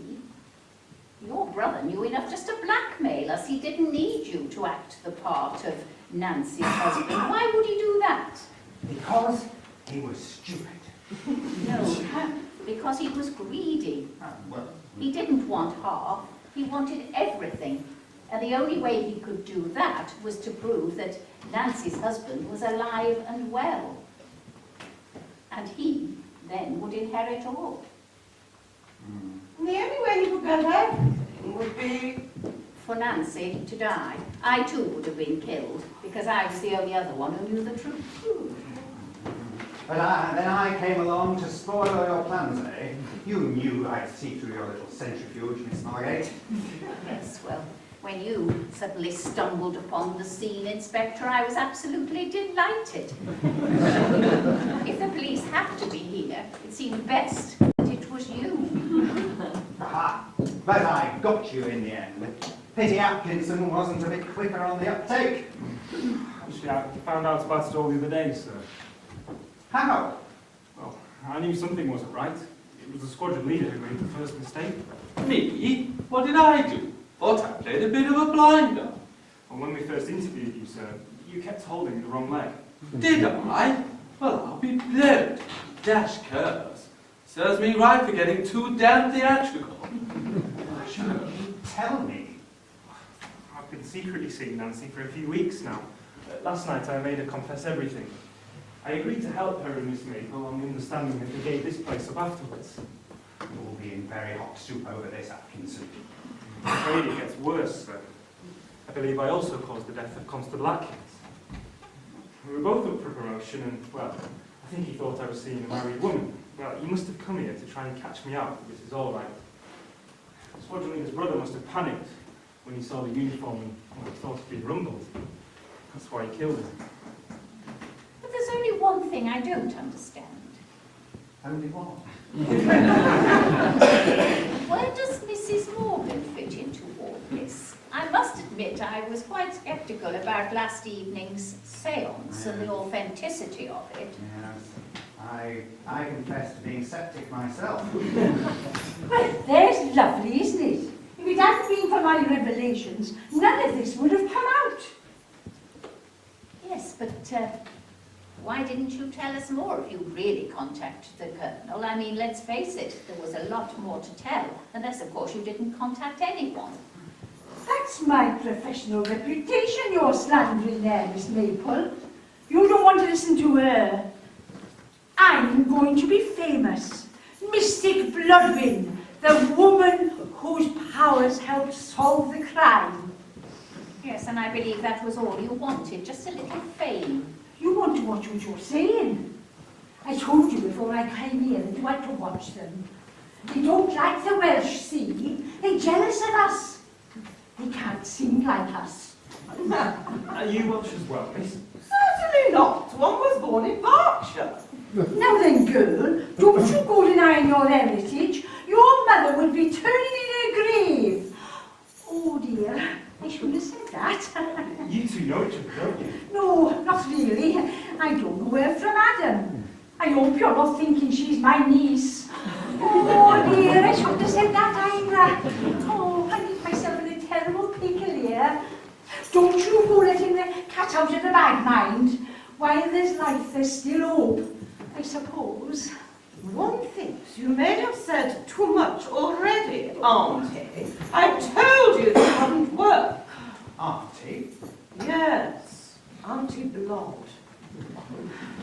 One knew of her interest in the spirit world and happened to mention in a letter of this place, this spooky place that one was working at. And of course, she couldn't resist coming along to see for herself. Oh, I've always had a skill like that. Yes, except I don't really think she's made contact with anyone while she's been here in Spector. You didn't speak to Frugal MacDougall at all, but he's got my £5. But you didn't make up what you told us. I believe that you saw the constable being killed. Well, why didn't you tell us earlier? Well, I didn't see it as such. I'd gone through to the other part of the house to do a bit of ghost hunting, see? I got in through the window. Then I heard a commotion. And then I heard Mrs. Allwright and Mr. Garibaldi having a confab. So I had to get out quick before they saw me. So, that's why you didn't tell us any more, because that was all you knew. Oh, I thought I was doing very well, really. I asked Ginny to lend me an hand. The fuse box is through in the other part of the house. I asked her to go through by there last night and flick a few switches. So you were in there with the squadron leader's brother. You must have seen him. Oh, I'm not doing very well here, am I? The man was quite ghastly. One doesn't want to speak ill of the dead, squadron leader especially as he was your brother, but I'm afraid he rather did bring it upon himself. I went through there as Auntie asked. I was stood next to the fuse box waiting, and he must have followed me in. He attacked me. It was horrible. He was groping. Oh, so I picked up the nearest thing to hand. It was a pipe, and I gave him a tap with it. And then I think I must have dropped the pipe. What did you do with the tap? One ran, Inspector. Oh, you mean you ran the tap? No, one ran for one's life. Mr. Garibaldi staggered away. He seemed stunned, but no more than that. I was mortified when I heard this morning he died. Oh, Squadron Leader, one is so desperately sorry. One intended to discourage him, not kill him. I didn't actually hit him that hard. One had no malice. Ah, but you would have hit him with a malice had one had one. I always warned him he'd come to a sticky end. He always took things too far. What is copying? What? Don't distress yourself, dear. You were only defending yourself. But I still don't see how you found the time to flash the lights on and off. Oh, yes, one didn't really have time for that, I'm afraid. One let out his lodging rather badly. But the lights did flash. So how did that happen? Yes, there was a distinctive pattern. I have it here. Dot, dash, dash, dot, dot, dot. Good Lord! What is it? Hang on a minute. I'm just working it out. Dot Ditty what? A-B. That's what it means. A-B. Archie Baker. That was my brother's name, old chap. So, it would seem the Colonel was here trying to tell us who killed the constable after all. I can't see any other explanation. So I did get through after all. Mind you, I must admit it's the first time it's happened. But I always lived in hope, though. Well, that seems to tie up all the loose ends, Inspector. So, Colonel Haddock was trying to contact me. He must have liked me after all. Well, let's not stretch credibility too far. But now you must do what you must do, and we're all here at your bidding. Bidding for what? You'll have to arrest us all, sir. We've all committed one crime or another. Have you? I withheld evidence, sir. And I committed fraud and deceit. Quite dreadful of me, I know. I killed Mr. Baker. Blackmail for me, old chap. I conspired in the fraud along with my mother, Inspector. And I suppose if you were going to be really harsh, you could argue that technically I could have said more a bit earlier on. And there was a little bit of deceit in there as well. But at least the real victim in all this has received justice. The constable killer is dead, and there can be no harsher punishment than that, I fear. I suppose we'd all better go down to the police station, sir. Just a minute, not so fast. Are you all trying to make me look a fool? Well, we wouldn't have to try very hard, would we? How am I supposed to make a case out of all this nonsense? A seance. And how can I judge Wing Commander Bacon with anything? His country needs him almost as much as it needs me. But what about me? I killed a man. No, you didn't. He died in here. You were nowhere near. Anyway, he killed Constable Atkins. The teeth marks in the sandwich prove it. Well, not really, I'm afraid. In the absence of the original sandwich, I made that particular one this morning to deceive you, Inspector. I'm very sorry, Squadron Leader. I took an imprint of your brother's dead bodies. No less than he deserved, I suppose. Anyway, he had confessed to me. And that's what's going in my report. None of this other nonsense. Get them out of here, Atkinson, before I change my mind and charge them for wasting police time. Inspector, if I may. No, Miss Margate, you may not. I do not want another cup of tea. No, Inspector, I've misjudged you very badly, and I'm terribly, terribly sorry. When the orphanage is up and running, we do hope you'll come and have tea and scones with the children, Inspector. I really don't think I'll have the time, Miss Margate. I'm a very busy man. Oh, I think you'll find the time, Inspector. I do believe you'll find the time. Visit indeed. I haven't got time to visit. Still, Colonel, I think you'd approve. Look after the kiddies, eh? No point making waves. No, I can't be doing with any of that.